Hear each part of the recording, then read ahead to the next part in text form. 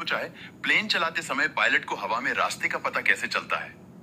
आखिर पायलट के पास ऐसा क्या होता है जो हवा में रास्ते का पता चल जाता है?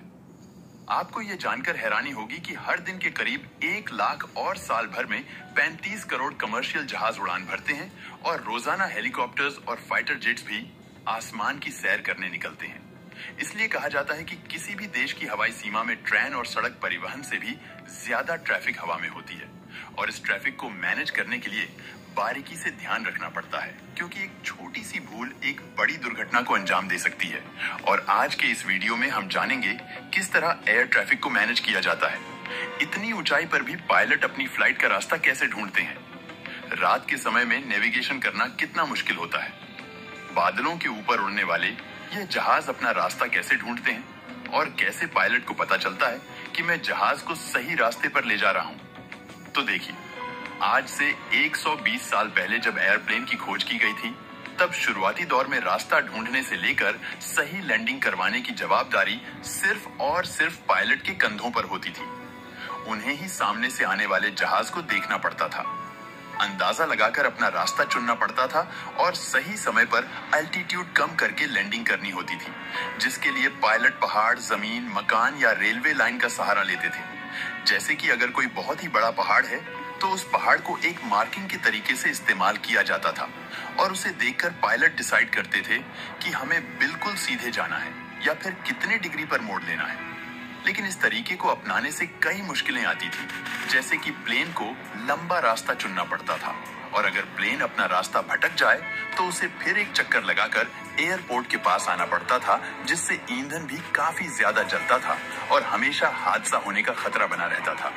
इसलिए अमेरिका ने प्लेन्स को रास्ता दिखाने का एक दूसरा तरीका ढूंढा। उन्होंने जहाज को रास्ता दिखाने के लिए कई जगहों पर बहुत बड़े एरो बना दिए।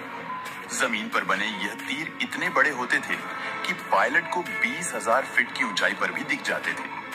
लेकिन यहाँ भी एक समस्या थी कि एरो रात के समय नहीं दिखते थे, इसलिए वैज्ञानिक ने इनके चारों तरफ बड़ी बड़ी लाइट्स लगा दी। लेकिन बादलों के ऊपर उड़ रहे प्लेन के पायलट्स के लिए जमीन पर बने तीर को देखना मुमकिन नहीं था। ऐसे में वक्त के साथ सिस्टम को अपग्रेड किया गया और रेडियो एंड रडार का इस्तेमाल होने लगा। साथ ही अब प्लेन के रास्ते की पूरी जिम्मेदारी भी पायलट पर नहीं रह गई।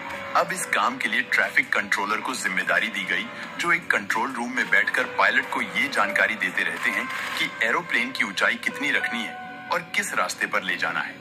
और आज सभी कमर्शियल प्लेन रडार के साथ जीपीएस नेविगेशन का भी इस्तेमाल करते हैं। लेकिन ये रडार काम कैसे करता है? चलिए जानते हैं दोस्तों। रडार टेक्नोलॉजी में रेडियो वेव्स का इस्तेमाल किया जाता है, जिन्हें एटीसी यानी कि एयर ट्रैफिक कंट्रोल टावर से प्लेन की तरफ छोड़ा जाता है, जो प्लेन से टकराकर वापस आती है। और रेडियो के जाने और उससे टकराकर आने में जितना समय लगता है, उसको कैलकुलेट करके उस प्लेन के बारे में पता लगाया जाता है, जिसके लिए इसमें antenna transmission, face lock loop और रिसीवर होता है। इसमें जो ट्रांसमीटर होता है, उससे लगातार हर सेकंड रेडियो वेव्स निकलती रहती है, जो प्लेन से टकराकर वापस आती है तो उन्हें रिसीवर कैप्चर कर लेता है और फिर सिस्टम इन वेव्स के जरिए कैलकुलेशन करता है कि प्लेन की सटीक लोकेशन कहां पर है और यह कितनी स्पीड पर है। फिर यह डेटा रडार स्क्रीन पर शो होती है, जिन्हें एयर ट्रैफिक कंट्रोलर मॉनिटर करता रहता है और समय समय पर पायलट को गाइड करता रहता है। वहीं अब रडार के साथ जीपीएस नेविगेशन सिस्टम को भी शामिल किया गया है, जिसके जरिए फ्लाइट में बैठकर ही पायलट अपनी लोकेशन जान सकता है। अब दोस्तों, पायलट लोकेशन से तो पता चल गई, लेकिन प्लेन को कौन सी डायरेक्शन में ले जाना है, वह रूट कैसे तय होता है? तो इसके लिए पायलट जीपीएस नेविगेशन पर निर्भर रहता है। इसमें हर फ्लाइट के लिए पहले ही रोड बनाकर रखा जाता है, जो मोस्टली लैंडमार्क पर डिपेंड करता है, यानी कि जमीन किस प्रकार की है और वहां पर क्या बड़े बड़े पहाड़ है या नहीं, और वहां का मौसम कैसा रहेगा। जैसे दुनिया भर में कई ऐसे इलाके हैं जहां मौसम हमेशा खराब रहता है, वहां से फ्लाइट ले जाना अलाउड नहीं है, जिसे नो फ्लाइट जोन में रखा जाता है, ताकि उनकी सुरक्षा में कोई खतरा ना आए।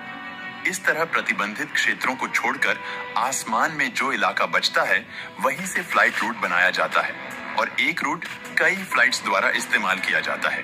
इसीलिए हर फ्लाइट्स को एक टाइम जोन भी दिया जाता है। आपको ये जानकारी अच्छी लगी हो तो वीडियो को लाइक और शेयर करें।